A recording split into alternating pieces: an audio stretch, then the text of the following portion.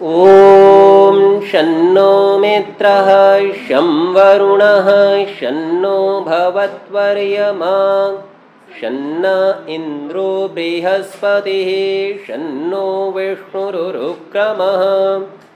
ॐ नमो ब्रह्मणे नमस्ते वायो त्वमेव प्रत्यक्षं ब्रह्मासि त्वामेव प्रत्यक्षं ब्रह्म वदिष्यामि ऋतं वदिष्यामि सत्यं वदिष्यामि तन्मामवतु तद्वक्तारमवतु अवतु माम् अवतु वक्तारम्। ॐ शान्ति शान्ति शान्तिः। पिछले पाठ में आपका कोई प्रश्न या शंका हो तो पहले उसे देख सकते हैं।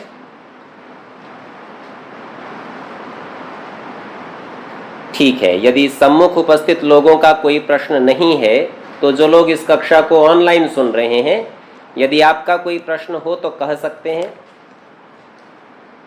ठीक है, यदि किसी का कोई प्रश्न नहीं है तो आगे के पाठ का हम विचार कर लेते हैं। पृष्ठ संख्या 57 पर हम पढ़ रहे हैं। तृतीय समुल्लास चल रहा है और इसमें हमने पहले द्रव्यों के संबंध में देख लिया था, गुण के संबंध में देख लिया था और कर्म कौन कौन से हैं उसके भी संबंध में नाम मात्र से देख लिया था। चर्चा थी उत्क्षेपण ऊपर को चेष्टा करना, अवक्षेपण नीचे को चेष्टा करना, आकुंचन संकोच करना, प्रसारण फैलाना, गमन आना जाना, घूमना आदि इनको कर्म कहते हैं। अंतिम पंक्ति पर हमारा ध्यान है अब कर्म का लक्षण। सदा ही ये पहले उनका गणन करने के बाद उसके लक्षण की चर्चा करते हैं। इसके लिए सूत्र दिया, पहले अध्याय के पहले आनिक का 17वां सूत्र है, एक द्रव्यम अगुणम संयोग विभागेष्वनपेक्ष कारणमिति कर्म लक्षणम। हमने देखा था जब इन्होंने द्रव्य का लक्षण किया था तब भी उसकी एक विशेषता बताई थी कि उसके अंदर क्रिया है, उसके अंदर गुण है। जब गुण का लक्षण किया था तो उसकी विशेषता बताई थी कि यह इस कारण से द्रव्य नहीं हो सकता और इस कारण से कर्म नहीं हो सकता, अर्थात अन्यों से भेद दर्शाते हैं। यहाँ भी कुछ कुछ वैसी ही शैली है। सबसे पहले इन्होंने एक विशेषता कही, एक द्रव्यम, अर्थात कर्म सदा एक द्रव्य वाला होता है। एक कर्म एक द्रव्य में रहता है और जो दो द्रव्यों में दिखाई पड़े तो वे दो कर्म होंगे। उदाहरण के लिए यज्ञदत्त भोजन खाता है तो भोजन खाने की क्रिया यज्ञदत्त के आश्रय से है। अब उसी के ही बगल में बैठकर देवदत्त भी भोजन खाता है तो वहां भोजन खाने की दो क्रियाएं चल रही हैं, दोनों की अलग अलग। तो एक द्रव्य के अंतर्गत एक ही क्रिया होती है, तो एक द्रव्यम यह विशेषता है। अब यह कैसी विशेषता है तो इसका भेद समझना चाहिए। सबसे पहले इसका द्रव्य से भेद समझते हैं। मान लीजिए कोई भी कार्य द्रव्य बना, जैसे हम पिछले दिनों में उदाहरण देख रहे थे, एक घड़ा बना, तो वह घड़ा केवल एक द्रव्य में नहीं है, मिट्टी के अनेक कणों से, अनेक द्रव्यों से मिलकर बना है, अर्थात वह कार्य द्रव्य अनेक कारण द्रव्यों में आश्रित है। तो यदि सूत्रकार कहेंगे एक द्रव्यम तो इसका तात्पर्य होगा कि भाई ये एक द्रव्य वाला कार्य द्रव्य तो नहीं हो सकता। इसी प्रकार से कुछ गुण तो एक द्रव्य में रहते हैं पर कुछ अन्य गुण ऐसे हैं जो एक से अधिक द्रव्य में रहते हैं। उदाहरण के लिए रूप, वो तो मिट्टी के एक कण में, तंतु के एक अवयव में, एक रेशे में भी हो सकता है। परंतु यदि संयोग गुण का विचार करें तो संयोग कम से कम दो पदार्थों का, दो द्रव्यों का होगा, तो संयोग गुण दो के आश्रित रहता है, एक के आश्रित नहीं रहता। तो एक द्रव्य कहने से कुछ आंशिक रूप से गुण से भी यह बाहर निकल जाएगा। थोड़ा तो किसी को लगेगा हाँ चलो कोई गुण तो एक द्रव्य का होता है, कभी वही हो। तो उस बात को ठीक करने के लिए इन्होंने दूसरा लक्षण कहा, अगुणम। अगुणम शब्द का अर्थ दो प्रकार से करते हैं। एक तो जिसमें गुण नहीं रहते वह है अगुण, तो किसी भी कर्म में कोई अन्य गुण नहीं रहता। तो बोले ये बात तो आपने गुण के संबंध में भी कही थी, वहां भी गुण में गुण नहीं रहते थे। तो द्रव्य तो हट गया, क्योंकि द्रव्य में गुण तो सदा ही रहते हैं, हमने पढ़ा था, क्रिया और गुण वाला अथवा केवल गुण वाला भी हो। तो बोले द्रव्य तो सब तरह से हट गया अगुणम कहने से, पर गुण अभी बचा भी हुआ है। एक तरीका तो ये था। दूसरा तरीका ये कह देते हैं अगुणम अर्थात जो गुण नहीं है, ऐसा कहने से सीधा गुण ही हट गया। तो दोनों प्रकार के अर्थ करने से एक से द्रव्य को हटाया जा सकता है और एक से गुण को हटाया जा सकता है, कि जो गुण नहीं है तो वो या तो द्रव्य होगा या तो कर्म होगा, और द्रव्य को ये पहले हटा चुके हैं, इसीलिए उस तरह से पूरा ही इसको हटा सकते हैं। फिर भी यदि कहीं किसी प्रकार संशय रहे तो तीसरा लक्षण इन्होंने लिखा संयोग विभागेष्वनपेक्ष कारणम। संयोग विभागेषु, संयोग और विभाग के करने में यह अनपेक्ष कारण है। ये कारण तो है लेकिन किसी अन्य की अपेक्षा नहीं करता। गुण के संबंध में आपने पढ़ा था कि वो संयोग और विभाग में कारण ही नहीं होता, अनपेक्ष है, और यहाँ अनपेक्ष तो है परंतु कारण अवश्य है। इस प्रकार पूरी तरह से यह गुण और द्रव्यों से अलग हो जाता है। विचार करके देखिए, आपके पास एक गेंद गोलक है और आपने उसको जमीन के एक स्थान पर रखा हुआ है, तो वहां पर उस गोलक का भूमि से संयोग है। अब इस संयोग के होने में क्रिया की कोई अपेक्षा नहीं है, अर्थात केवल मात्र एक क्रिया से आपने रख दिया, अवक्षेपण किया भूमि की और उसको छोड़ दिया। इतनी मात्र क्रिया से ही वह भूमि के संयोग में आ गया। आप बल लगाइए, उसको एक स्थान से दूसरे स्थान पर चला दीजिए, तो आपने जो उसमें क्रिया उत्पन्न की, उस क्रिया के चलते ही वह गेंद गोलक एक स्थान से तो विभाग को, वियोग को प्राप्त हो गया, उसको छोड़कर, और दूसरे से संयुक्त हो गया। तो इस क्रिया के होने में अन्य किसी पदार्थ की, किसी गुण की कोई आवश्यकता नहीं है। तो इन्होंने कहा संयोग विभाग में जो कारण तो हो कि अन्य अन्य स्थानों से संयोग हो रहा है और पुराने पुराने स्थानों से विभाग अलग हो रहा है, लेकिन उसमें किसी अन्य की अपेक्षा नहीं है, कारण होते हुए भी। इति कर्म लक्षणम, यह कर्म का लक्षण है।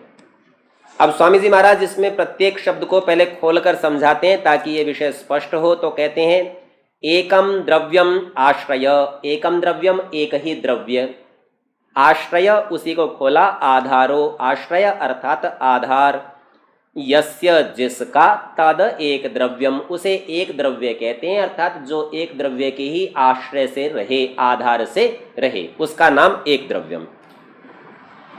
अब कहते हैं न विद्यते गुणो यस्य, नहीं विद्यमान है गुण जिसके, यस्मिन वा अथवा जिसमें। तो जिसका कोई गुण नहीं हो और जिसमें गुण नहीं हो, तद अगुणम, उसका नाम अगुणम है। तो जो सूत्र में अगुणम का था वो बता दिया, कर्म के गुण नहीं होते और कर्म में गुण नहीं होते। इसके पश्चात कहते हैं संयोगेषु विभागेषु च अपेक्षा रहितम कारणम, संयोग में और विभाग में अपेक्षा से रहित, किसी की भी अपेक्षा नहीं करता और स्वयं में ही कारण है। तत्कर्म लक्षणम, वह कर्म का लक्षण है। अब इस कर्म लक्षण शब्द को भी ये खोलकर समझाते हैं, अथवा यत क्रियते तत्कर्म, जो किया जाता है उसका नाम कर्म है, और लक्ष्यते येन तल्लक्षणम, जिसके द्वारा लक्षित किया जाता है उसे लक्षण कहते हैं। और अब समास में कहते हैं कर्मणो लक्षणम, संक्षेप से कर्म का लक्षण कर्म लक्षणम। तो यहाँ बताया कि जिससे कर्म किया जाता है और वह जिसका लक्षण हो, जिसको बताए, उसे कर्म का लक्षण कहते हैं। तो ये बता दिया एक द्रव्य में रहेगा, उसमें गुण नहीं होगा, उसका स्वयं का कोई गुण नहीं होगा, वह स्वयं गुण नहीं होगा, और इसके अतिरिक्त संयोग विभाग में कारण अवश्य होगा, पर कारण होते हुए किसी अन्य की अपेक्षा नहीं रखेगा। तो एक द्रव्य के आश्रित गुणों से रहित, एक द्रव्य के आश्रित है, गुणों से रहित है, संयोग और विभाग होने में अपेक्षा रहित कारण हो, उसको कर्म कहते हैं। यहां थोड़ा सा आधुनिक विज्ञान से भी इसकी समता समझनी चाहिए। पाश्चात्य वैज्ञानिक अथवा आधुनिक वैज्ञानिक इसी कर्म को ही ऊर्जा के रूप में समझते हैं, ऐसा पंडित भगवत दत्त जी का विचार है। तो वे जो एक सूत्र बनाते रहते हैं कि साहब जितना भी द्रव्यमान है उस सारे को ऊर्जा में परिवर्तित कर सकते हैं, ऐसा एक महान वैज्ञानिक आइंस्टीन का मत था, वह इसी सूत्र पर आधारित है। अभी तक हमने देखा कि द्रव्य, गुण और कर्म तीनों को अलग अलग समझाया, तीनों के अलग अलग लक्षण किए कि द्रव्य कर्म से अलग कैसे है, गुण से अलग कैसे है। अब कोई ये पूछ ले वे कि इनमें कोई समानता भी है क्या, अथवा केवल अलग ही अलग है, तो उसके लिए एक सूत्र उपस्थित करते हैं। द्रव्य गुण कर्मणाम द्रव्यम कारणम सामान्यम। द्रव्य गुण कर्मणाम, द्रव्य का, गुण का और कर्म का, इन तीनों का द्रव्यम कारणम सामान्यम, तीनों का जो द्रव्य है यानी कारण रूप जो द्रव्य है वह सामान्य, तीनों में ये समान बात है। इसको ऐसे समझिए, आपने एक कार्य द्रव्य बनाया। कार्य द्रव्य कैसे बनाया? आपने एक वस्त्र बनाया। वस्त्र कहाँ से बनाया? उसके कारण थे धागे, तंतु। लेकिन केवल तंतु के होने से वस्त्र नहीं बनता, तंतुओं को एक विशेष अवस्था में संयुक्त करना पड़ता है, उस संयोग से वस्त्र बनता है। तो संयोग हुआ गुण, और संयोग को करने के लिए जो ये 5 प्रकार के कर्म गिनाए थे, संकोच करना, फैलाना, ऊपर उठाना, नीचे उठाना, आदि आदि जो क्रियाएं करनी पड़ी, ये सब हो गए कर्म। अब यहाँ विचार कीजिए तो इन्होंने कहा कि द्रव्य, गुण और कर्म तीनों के लिए कारण द्रव्य सामान्य है। तो वस्त्र तो है कार्य द्रव्य, उसका कारण है, वो है धागे, तंतु, अर्थात वह एक द्रव्य है। तो द्रव्यों का एक द्रव्य सामान्य कारण होता है। यहाँ सामान्य कारण से तात्पर्य वैसा सामान्य नहीं है जैसा आकाश, दिशा और काल होते हैं, सामान्य उसकी समानता दर्शाने के लिए। तो द्रव्य का कारण द्रव्य होता है। अब इन्होंने कहा कि गुण की चर्चा कीजिए। यह वस्त्र श्वेत रंग का बना, उसमें जो रूप है अर्थात रंग नामक जो गुण है वो सफेद है। तो बोले इसका कारण क्या? बोले उन्हीं तंतुओं में रहने वाला सफेद रंग। इसका मतलब सफेद वस्त्र के बनने में कारण वे धागे ही हैं, क्योंकि वह सफेद रंग उन्हीं के आश्रित था। तो कार्य द्रव्य का कारण द्रव्य, और गुणों का कारण वो भी द्रव्य। तो उन्होंने कहा और कर्म, बोले वह कर्म भी उन धागों में ही तो था, क्योंकि कर्म एक द्रव्य के आश्रित रहता है। और इस पूरे वस्त्र की स्थिति में जो कर्म बना, जितनी क्रियाएं हुई, वह सब क्रिया भी उन्हीं कारण द्रव्यों में ही थी। तो चाहे कार्य द्रव्य हो, चाहे गुण हो और चाहे कर्म हो, तीनों का एक ही कारण है, वो द्रव्य, वो धागे। तो इस प्रकार तीनों समान होते हैं। तो आर्य भाषा में कहा जो कार्य द्रव्य, गुण और कर्म का कारण अर्थात जो मूल द्रव्य है वह सामान्य द्रव्य है। इस हेतु से ये तीनों समान हो जाते हैं कि सब तीनों का आधार एक ही है, ये इन तीनों में समानता है। अब इन्होंने कहा कि आपने कारण द्रव्य की समानता तो बता दी कि भाई मुख्य जो कार्य बना था वस्त्र, उसका कारण, उसके गुण का कारण, उसके कर्म का कारण, तीनों उसके कारण में थे। इस प्रकार कारण द्रव्य तीनों का समान हो गया। क्या कहीं कार्य द्रव्य की भी समानता होती है? तो इसके लिए सूत्र बनाया द्रव्याणाम द्रव्यम कार्यम सामान्यम। जितने भी द्रव्य हैं, द्रव्याणाम बहुवचन का प्रयोग किया यहाँ पे, यानी अनेक द्रव्यों से मिलके। अनेक में एक रोचक बात समझिए, एक को तो आप एक कहते हैं, और जैसे ही आप अनेक शब्द कहते हैं आपके मन में आता है बहुत सारे होंगे, संख्या में 10, 20, 50, 100 होंगे। पर विचार करके देखिए, यदि 2 हो तो वे भी तो एक नहीं है ना। अनेक शब्द का अर्थ है जहां एक नहीं हो, इसीलिए 2 को भी अनेक कहना चाहिए कि जो एक नहीं है। और ठीक उसी दृष्टि से आप यहाँ देखेंगे तो द्रव्याणाम बहुवचन का प्रयोग किया, अर्थात अनेक द्रव्यों का, चाहे 2 से मिलके बने, 3 से बने, 50 से बने, 100 से बने, सबका ग्रहण इसमें हो जाएगा। तो उनका कार्यम द्रव्यम सामान्यम, जो कार्य होता है वह समान है। मिट्टी के कण तो अनेक थे और मिलकर घड़ा बना सो एक, धागे तो अनेक थे पर वस्त्र बना एक, दूध के कण तो अनेक थे पर उससे बनने वाली मिठाई अथवा जब दही बनी तो यदि अवयव की दृष्टि से देखें तो अनेक दिख सकती है। पर कोई पूछे जी 10 लीटर दूध से क्या बनाया? बोले साहब दही बनाई, वो भी 10 लीटर ही बनी, या किलो, जैसा भी आप माप उसका रखते हो। परंतु ये देखिए कि अनेक कणों से आप एक कार्य का निर्माण करते हैं। तो इस हेतु से सबका कार्य, वो जो 10 धागे आपने लिए और 10 धागों से वस्त्र बनाया, तो पहले धागे का कार्य क्या है? बोले जी यही वस्त्र है, एक वस्त्र। दूसरे धागे का, उसका भी एक वस्त्र। तीसरे का, उसका भी एक वस्त्र। सब धागों का एक ही वस्त्र बना तो इस एक के होने से वे समान हो गए। तो इन्होंने कहा अनेक द्रव्यों का एक कार्य द्रव्य बनता है और यह उनकी समानता है, सारे इस दृष्टि से समान है। तो आर्य भाषा में कहा जो द्रव्यों का कार्य द्रव्य है वह कार्यपन से सब कार्यों में सामान्य है। प्रत्येक कण का कार्य वही बना जो सबका बन रहा है, तो सारे वो कार्य समान हो गए। इस प्रकार कार्य द्रव्य की भी समानता होती है। हम लोग द्रव्य को देख चुके, गुण को देख चुके, कर्म को देख चुके। अन्य जो तीन पदार्थ थे वो है सामान्य, विशेष और समवाय। अब सामान्य और विशेष का क्रम प्रारंभ करते हैं। इनकी शैली है कि पहले उसका प्रयोग दर्शा देते हैं, पश्चात उसका व्याख्यान करते हैं। तो यहाँ सूत्र बनाया द्रव्यत्वम गुणत्वम कर्मत्वंच सामान्यानि विशेषाश्च। शब्दों से आप कुछ कुछ परिचित हैं और कुछ कुछ अभी हो जाएंगे। आप एक शब्द जानते हैं मनुष्य और दूसरा शब्द जानते हैं मनुष्यत्व, मनुष्यपन। तो इसी प्रकार से आप जैसे महान, महत और महत्व, महानपन, बड़प्पन, बड़ा और बड़प्पन, ये शब्द आप सब जानते हैं। ठीक इसी दृष्टि से यहाँ देखिए द्रव्यत्वम, द्रव्यपन अर्थात कोई पदार्थ है उसे आप वस्तु कह सकें, यह बात द्रव्यपन, द्रव्यत्वम शब्द से कही गई। इसी प्रकार से गुणत्वम, गुणपन, गुण होना, और इसी प्रकार से कर्मत्वम, कर्म होना। तो कोई पदार्थ है उसमें जो पदार्थपना है, कोई गुण है उसमें जो गुणपना है, कोई कर्म है उसमें जो कर्मपना है, ये सब बातें सामान्यानि विशेषाश्च, सामान्य भी हैं और विशेष भी हैं। दो द्रव्य लिए, दोनों द्रव्यों में द्रव्यपन समान है। दो गुण लिए, दोनों में गुणपन समान है। दोनों का आप ये कहोगे हाँ जी इनमें गुणपन है। दो कर्म लिए, उनमें कर्मपन समान है। इतनी इतनी तो सब जगह समानता है। और भेद देखना हो तो एक द्रव्य का द्रव्यपन गुण के गुणपन से भिन्न है, वो द्रव्यपन है, ये गुणपन है। इसी प्रकार से कर्मपन से भी द्रव्यपन भिन्न है और सबका इसी प्रकार देख सकते हैं। आर्य भाषा में इसको समझाया द्रव्यों में द्रव्यपन, गुणों में गुणपन, कर्मों में कर्मपन, ये सब सामान्य, अनेक में ये समान होते हैं। और विशेष कहाते हैं, विशेष भी होते हैं। क्योंकि हेतु दे रहे हैं विशेष कैसे, बोले द्रव्यों में द्रव्यत्व सामान्य, ईंट भी द्रव्य है, घड़ा भी द्रव्य है, वस्त्र भी द्रव्य है, तीनों में द्रव्यपन है इसलिए सामान्य।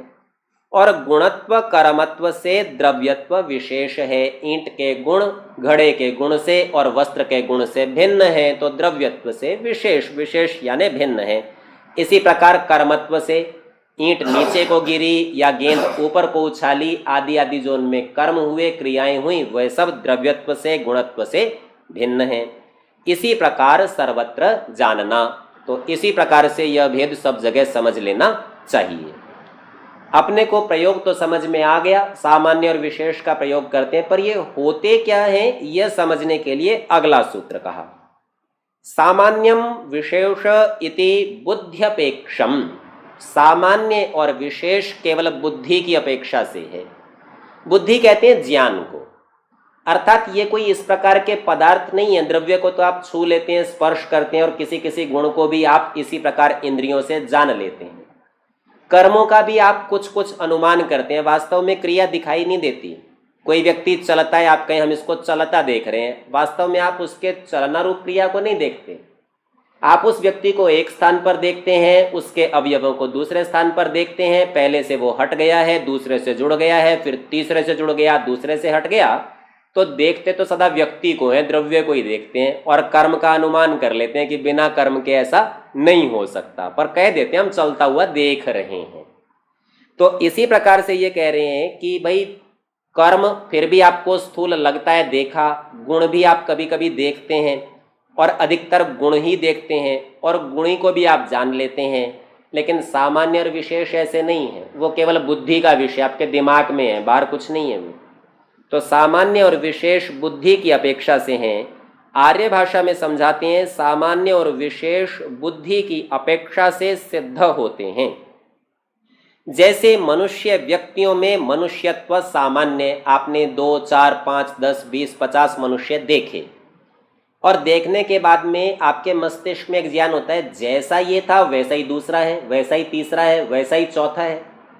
तो ये जो एक भाव है जो आपके मन में बार बार अनुवृत्ति आवृत्ति को दोहराने को प्राप्त होता है, देख कर एक ज्ञान हुआ ऐसा है, दूसरे को देखा बोला वैसा ही है, तीसरे को देखा बोले पहले जैसा ही है।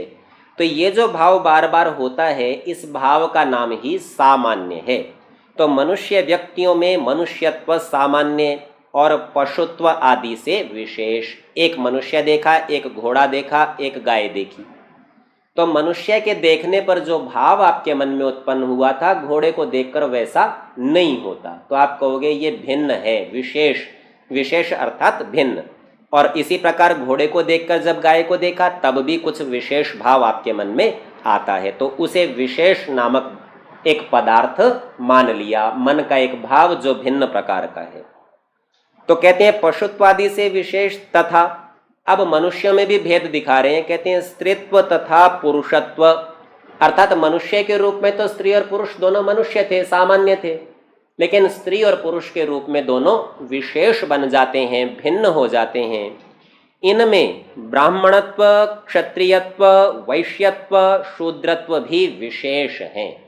केवल पुरुष ले लिए तो पुरुषों में ब्राह्मण पुरुष क्षत्रियों से भिन्न, क्षत्रिय पुरुष वैश्यों से भिन्न और वैश्य पुरुष शूद्रों से भिन्न। यह ही स्थिति स्त्रियों में भी है। ब्राह्मण स्त्री क्षत्रिया स्त्री से, वैश्या स्त्री से और शूद्र स्त्री से, सब से एक दूसरे से यह भिन्न होते हैं, अर्थात विशेष होते हैं। अब केवल ब्राह्मण ही जमा कर लिए, ब्राह्मण मनुष्य और ब्राह्मण पुरुष ही जमा कर लिए, तो भी कहते हैं ब्राह्मण व्यक्तियों में ब्राह्मणत्व सामान्य। 10 ब्राह्मण होंगे तो उनमें यह समानता है कि 10 के 10 ब्राह्मण हैं, और क्षत्रिय आदि से विशेष हैं, अर्थात उन्हीं द्रव्यों में ये विशेष नामक भाव भी है कि जब क्षत्रिय साथ में आ जाएगा तो वे विशेष कहलाने लगेंगे। इसी प्रकार सर्वत्र जानो, अर्थात एक ही द्रव्य सामान्य भी होता है और एक ही द्रव्य विशेष भी होता है, ये दोनों भाव उस द्रव्य के आश्रित ही रहते हैं। सामान्य और विशेष को समझा के अब समवाय को समझाते हैं। इहेदमिति यतः कार्य कारणयोः स समवायः। तो सबसे पहली बात समवाय का नियम है, कार्य कारणयोः, कार्य और कारण इन दो में कोई चर्चा है, इन दो से संबंधित जो होगा स समवाय, वो समवाय होगा। अब कैसे कहेंगे, तो प्रारंभिक पदों को देखिए, कहते हैं इह, इह माने यहाँ, इदम यह, इति ऐसा, ये समझाएंगे कि यहाँ यह है। इस प्रकार कार्य और कारण का संबंध कहेंगे तो उसे समवाय कहेंगे। सरल शब्दों में देखिए, आपके सामने घड़ा है और आप कहेंगे यहाँ घड़े में मिट्टी है, क्योंकि घड़ा मिट्टी से बनता है। एक तो ये तरीका, यह समवाय संबंध को मिट्टी कारण है और घड़ा कार्य है। अब इसको थोड़ा सा रोचक शैली से देखिए। एक कुम्हार है, उसने बहुत अच्छी मिट्टी देखी और उसके मन में विचार आया इस मिट्टी से पात्र बनाए जा सकते हैं। तो वो देखते ही क्या कहता है, अरे ये खाली मिट्टी नहीं है, इसमें 10 घड़े हैं। यहाँ यह है, मिट्टी में घड़े हैं, घड़े दबाए नहीं हुए, वो मिट्टी से बनाएगा। वह उसके अंदर उस रूप की पहले ही कल्पना करता है। और क्यों कल्पना कर सकता है, क्योंकि मिट्टी कारण है और उससे बनने वाला कार्य घड़ा है। कार्य कारण के संबंध को जानता है, कारण में कार्य होता है, इस बात को ही समवाय कहते हैं। तो धागों में वस्त्र है, बहुत सुंदर धागा कहीं दिखाई दे तो इससे बड़ी सुंदर चादर बनेगी। ऐसा बनाने वाला जो जुलाहा है, जो बुनकर है, तो वह इस समवाय संबंध को, कार्य और कारण के संबंध को जानता है। यहाँ अथवा इसमें यह है, मिट्टी में घड़ा है, धागों में वस्त्र है, दूध में दही है, आदि आदि का जो प्रयोग है यह समवाय संबंध का द्योतक है। समवाय कहते हैं संबंध को, कार्य और कारण के संबंध को। आर्य भाषा में समझाया, कारण अर्थात अवयवों में अवयवी, अवयवी कहते हैं कार्य को। इसको एक और दृष्टांत से समझना चाहिए, आपको ये बात और स्पष्ट होगी। आप में से कुछ लोग कभी जंगल की ओर, वन में गए होंगे। आप जब वन में जाते हैं तो वहां जाके पेड़ पेड़ पेड़ पेड़ पेड़ अनेक पेड़ देखते हैं, और अनेक पेड़ों के एक साथ उपस्थिति को आप कहते हैं ये वन है। तो इस वन में ये पेड़ तो हैं अवयव, हिस्से, पर इन सब पेड़ों के समूह को ही आप वन कहते हैं। वन है अवयवी, अवयवों वाला। दूसरा दृष्टांत समझिए, आपका शरीर ये है अवयवी और इसमें हाथ, पैर, आंख, नाक, कान ये हैं अवयव। तो अवयवों से मिलकर जो बना होता है उसका नाम अवयवी। यहीं ये समझा रहे हैं कारण अर्थात अवयवों में। पेड़ कारण थे जंगल के, सारे पेड़ काट दें तो आप कहते हैं जंगल ही समाप्त हो गया, क्योंकि कारण सारे हट गए। और किसी के अंग सारे अंग भंग कर दिए जाएं तो वह अवयवी, वह व्यक्ति समाप्त हो जाता है। तो कह रहे हैं अवयवों में अवयवी, अपने अंगों में ही वह पदार्थ। इसी को खोला, कार्यों में क्रिया, क्रियावान, गुण, गुणी, जाति, व्यक्ति, कार्य, कारण, अवयव, अवयवी, इनका नित्य संबंध होने से। तो कार्यों में क्रिया का और क्रियावान का संबंध होता है। कोई कार्य हुआ है तो क्रिया अवश्य हुई होगी, उसके बिना कार्य कैसे होगा। और कार्य हुआ है तो कोई कर्ता यानी क्रियावान भी होना चाहिए, उसके बिना कैसे होगा। ये इसमें सदा जुड़े हुए हैं। गुण और गुणी जुड़े हुए हैं, गुण बिना गुणी के कभी भी नहीं होता, तो गुणों में ही गुणी रहता है। इसी प्रकार से जाति और व्यक्ति को देखिए, सभी जाति व्यक्तियों में ही होती है। एक मनुष्य होगा तो भी कहेंगे ये मनुष्य जाति का प्राणी है, एक घोड़ा भी होगा तो भी कहेंगे ये अश्व जाति का प्राणी है। इसी प्रकार से कार्य और कारण, कारणों में सदा कार्य रहता है, अवयवों में अवयवी रहता है, इनका नित्य संबंध होने से। तो समवाय की चर्चा नित्य संबंध की है, कार्य और कारण का नित्य संबंध है। बड़ा महत्वपूर्ण सिद्धांत है, समझ लेना चाहिए। इसके आगे भी इस संबंध को बताने वाले कुछ और सूत्र आएंगे, पर वैदिक जगत में जिसको कार्य और कारण संबंध का पता है वह कभी भी भूल नहीं करेगा और कभी भी किसी भी मिथ्या ज्ञान को, मिथ्या धारणा को, मिथ्या कर्म को प्राप्त करने के लिए प्रवृत्त नहीं होगा। कार्य कारण के संबंध से तत्काल आप सत्य का प्रमाण प्राप्त कर लेते हैं। पुस्तक का लक्ष्य आपको सत्य अर्थ का ज्ञान कराना है, तत्वबोध कराना है। सो समझिए ये सूत्र आपके पकड़ में आते ही आपके हाथ में तत्व ज्ञान आने लगता है। तो कहते हैं इनका नित्य संबंध होने से समवाय कहाता है। और जो दूसरा द्रव्यों का परस्पर संबंध होता है वह संयोग, क्योंकि वह नित्य नहीं है, अर्थात अनित्य संबंध है। दो व्यक्ति साथ साथ बैठे हैं, संयोग संबंध है, उनका मन करा उठ के अलग अलग चले गए। तो इस प्रकार वह जो अनित्य संबंध है वह समवाय नहीं कहलाएगा, वह संयोग कहलाएगा। और जहां नित्य संबंधों साहब अलग ही नहीं हो सकते, दही बिना दूध के बन ही नहीं सकता, वस्त्र बिना तंतु के बन ही नहीं सकता, मिट्टी का घड़ा बिना मिट्टी के बन ही नहीं सकता। ऐसा जो आवश्यक नित्य अनिवार्य संबंध है उस संबंध को समवाय कहते हैं। यहां एक और रोचक बात समझिए, एक और प्रकार का संबंध है जो नित्य तो है पर समवाय नहीं है। इस झगड़े को साथ साथ समझ लेते हैं। आप जीवात्मा हैं और आपके साथ ईश्वर सदा जुड़ा हुआ है, पर ईश्वर का आपका समवाय संबंध नहीं है, क्योंकि समवाय वो होते हैं जो उपादान कारण हो, अर्थात उसके हिस्से बने। परमेश्वर आपके साथ तो सदा है, कभी भी अलग नहीं हो सकता, संबंध तो नित्य रहेगा, लेकिन समवाय नहीं हो सकता, क्योंकि परमेश्वर के टुकड़े जुड़ जुड़ के आप नहीं बने और आपके टुकड़े जुड़ जुड़ के परमेश्वर नहीं बना। तो ये दो ऐसे हैं जो थोड़ा अपवाद रूप में समझने चाहिए कि संबंध तो नित्य है पर समवाय नहीं है।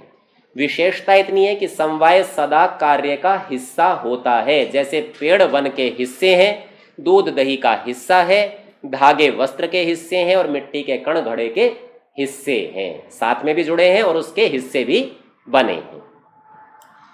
अब इसके आगे जब सबके अलग अलग विशेषताएं, भिन्नताएं दिखा दी और उनमें समानताएं भी दिखा दी, अब उनमें से कुछ दो की समानता दिखाते हैं। बड़ा अनिवार्य सा यह सिद्धांत है। इस सूत्र को कहा द्रव्य गुणयोः सजातीय आरंभकत्वम साधर्म्यम। द्रव्य गुणयो, द्रव्य और गुण का, सजातीय आरंभकत्वम, अपने समान जाति वाले को उत्पन्न करना, आरंभ करना, यह साधर्म्य है। आप लोगों को स्मरण रहे, जहां हमने ये वैशेषिक दर्शन का प्रारंभ किया था, इसके सूत्र पढ़े थे, तो सबसे पहले में ही कहा था धर्म विशेष प्रसूतात् द्रव्य गुण कर्म सामान्य विशेष समवायानाम पदार्थानाम साधर्म्य वैधर्म्याभ्याम। इस साधर्म्य और वैधर्म्य को समझा रहे हैं, क्योंकि जैसे ही आपको ये समझ में आएगा तो अगला शब्द आएगा तत्व ज्ञानान। तत्व ज्ञान होने से, साधर्म्य और वैधर्म्य से तत्व ज्ञान होता है। तो ये कह रहे हैं द्रव्य और गुण ऐसे हैं कि ये दोनों अपने समान जातीय वालों को उत्पन्न करते हैं। द्रव्य से द्रव्य उत्पन्न हो जाता है, गुण से गुण उत्पन्न हो जाते हैं। आर्य भाषा में इसको समझा रहे हैं साधर्म्य को, जो द्रव्य और गुण का समान जातीयक कार्य का आरंभ होता है, अपने जैसा कार्य उत्पन्न करते हैं। मिट्टी थी, वो ठोस थी, जड़ थी, उससे ईंट बन गई, वो भी ठोस है और जड़ बन गई। तो ये जो अपने जैसा उत्पन्न करना है, इसे कहते हैं समान जातीय का आरंभ करना, उसको साधर्म्य कहते हैं। दोनों में समान धर्म हैं। उदाहरण से समझाते हैं, जैसे पृथ्वी में जड़त्व धर्म, पृथ्वी जड़ पदार्थ है, ये गुण उसमें है। और घट आदि पृथ्वी से बनने वाले जो घट कार्य हैं उसमें भी जड़त्व रहेगा, जड़ से उत्पन्न हुआ है, जड़ ही बने, समान है। कार्य उत्पादकत्व स्वसदृश धर्म है, कार्य को उत्पन्न करने वाला समान के सदृश, अपने समान ऐसा धर्म है। वैसे ही जल में भी जड़त्व, जल भी जड़ पदार्थ है, और हिम आदि स्वसदृश कार्य का आरंभ अपने जैसे बर्फ आदि जड़ पदार्थों को ही उत्पन्न करता है। तो इतनी बात में तो पृथ्वी के साथ जल का और जल के साथ पृथ्वी का तुल्य धर्म है, अर्थात जल में और उसमें पृथ्वी में साधर्म्य, दोनों समान है। बोलो दोनों जड़ हैं, दोनों अपने जैसे जड़ पैदा करते हैं, इसलिए दोनों समान हो गए। अब कुछ विशेष भी है, अर्थापत्ति से उसको समझा रहे हैं। अर्थात द्रव्य गुणयोर विजातीय आरंभकत्वम वैधर्व्यम, जल और पृथ्वी कुछ ऐसा अलग अलग उत्पन्न कर दें जिससे कुछ अलग गुण आ जाए, तो द्रव्य और गुणों का विजातीय आरंभकत्वम, भिन्न गुणों का उत्पन्न करना, वैधर्म्यम कहलाता है। यह विदित हुआ कि जो द्रव्य और गुण का विरुद्ध धर्म और कार्य का आरंभ है, अर्थात द्रव्य से कुछ और बन रहा है और गुण से कुछ और बन रहा है, उसको वैधर्म्य कहते हैं। जैसे पृथ्वी में कठिनत्व, तो पृथ्वी ठोस है, कठिन है। शुष्कत्व, सूखी है। और गंधवत्व, उसमें गंध है। इतने धर्म जल से विरुद्ध, क्योंकि जल कठिन नहीं है, सरल है, तरल है, आराम से मुड़ जाता है, टूट जाता है, अलग हो जाता है। और जल का द्रवत्व, कोमलता और रस गुण युक्तता, जल में गंध गुण नहीं है। तो ये भिन्न जो गुण हुए, ये होना पृथ्वी से विरुद्ध है। तो द्रव्य और गुणों में देखा, कुछ बातों में तो साधर्म्य है और कुछ बातों में वैधर्म्य है, कुछ बातों में तो दोनों समान है, वो भी जड़ है, वो भी जड़ है, वो अपने जैसे जड़ को उत्पन्न करता है, ये भी अपने जैसे जड़ को उत्पन्न करता है। और कुछ बातों में भेद भी है कि जल में रस है, पृथ्वी में गंध है, दोनों में अलग अलग बात है, एक कठिन है, एक द्रव है। इस प्रकार का साधर्म्य और वैधर्म्य साथ में समझना चाहिए। अब चूंकि हमने यहां पर कार्य और कारण की चर्चा कर ली है, और वैदिक मतावलंबियों का यह सबसे दृढ़, सबसे मूल सिद्धांत है, तो इसके संबंध में कुछ और चर्चाएं यहां कर रहे हैं। कहते हैं कारण भावात कार्य भावः, कारण भावात, कारण का भाव होने से, कारण के होने से ही कार्य का भाव होता है। अर्थापत्ति से समझ लीजिए, यदि कारण नहीं होगा तो कार्य कभी भी नहीं हो सकता। पर इतने में बात पूरी नहीं हुई है। अब यूं समझ लीजिए कि धागे नहीं होंगे तो वस्त्र नहीं बन सकता, ये बात बिल्कुल ठीक है। आर्य भाषा में भी समझा रहे हैं, कारण के होने ही से कार्य होता है। संसार में हम अनेक प्रकार का व्यवहार करते हैं, और कभी किसी को बड़ा सुखी देखते हैं और कहते हैं इसने किया तो कुछ भी नहीं, वैसे ही सुख भोग रहा है। तो इस निश्चित सिद्धांत को समझ लीजिए, किया तो अवश्य है, आपको कारण का पता नहीं है। जिस दिन आपको कारण का पता चलेगा तो बिना ऐसे कार्य किए जिनसे सुख होता हो, किसी को भी सुख नहीं हो सकता। बिना कारण के कोई कार्य कभी भी नहीं हो सकता। तो इस संबंध को सदा स्थिर रखना चाहिए। अब इस बात को और दृढ़ करने के लिए एक अगला सूत्र उपस्थित किया। कहते हैं न तो कार्याभावात कारणाभावः, न तो नहीं है निश्चय से, क्या नहीं है, कार्य अभावात, कार्य का तो अभाव है। तो बोले कोई कहे कि साहब कारण से कार्य होता था, कार्य नहीं है तो कारण भी नहीं है। तो बोले कार्य का यदि अभाव हो तो कारण का अभाव नहीं होता, कारण तो रहता है। और इसको हम दो दृष्टिकोण से समझेंगे। एक तो ये समझिए माता पिता हैं, उनका विवाह संबंध है, उसके बाद संतान की उत्पत्ति होती है। तो माता पिता का संबंध या माता पिता का अस्तित्व वे तो कारण हो गए, और उनसे कार्य हुआ संतान का उत्पन्न होना। तो जब संतान उत्पन्न होती है तो उसे हम कार्य कहते हैं। अब किसी के संतान उत्पन्न नहीं हुई तो क्या माता पिता ही नहीं रहेंगे? वो तो रहेंगे ना। तो इसका मतलब ये है कि कारण के रहते हुए भी कार्य नहीं भी हो सकता।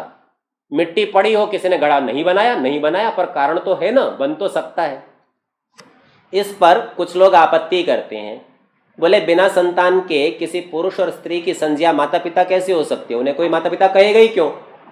तो इसका मतलब तो ये हुआ साहब, बिना माता पिता के संतान नहीं होती, और संतान नहीं है तो कोई माता पिता नहीं बनेगा, कार्य नहीं रहेगा तो कारण भी नहीं रहना चाहिए। पर यह समझने की बात कैसी है, जब तक संतान नहीं भी हुई तब भी उनमें भावी संज्ञा के विचार से माता पिता का उपदेश हो जाता है। जैसे हमने थोड़ी देर पहले देखा था, मिट्टी को देखकर कुमार कहता है मिट्टी नहीं है, घड़े हैं। भले भी बने तो है ही नहीं, कार्य का तो अभाव है। तो जैसे हमने देखा था कि कारण द्रव्य को देखकर कर्ता उसके कार्य के रूप में कथन कर लेता है, तो हम ये मान लेते हैं कि ये घड़े बनने के कारण रूप मिट्टी है, अर्थात ये उसका कारण है। कार्य नहीं हो, घड़ा नहीं बनाओ तो भी कोई बात नहीं, तब भी उन संज्ञाओं का व्यवहार हो सकता है। क्यों? क्योंकि ये मान लेंगे कि साहब माता पिता में संतान उत्पन्न करने का सामर्थ्य है, बनी जाएंगे माता पिता, आज नहीं तो कल, कभी तो बनेंगे, इसीलिए उनमें भी माता पिता शब्द का व्यवहार हो जाता है। तो इन्होंने कहा कार्य का अभाव होने पर कारण का भी अभाव मान लिया जाए, यह जरूरी नहीं है।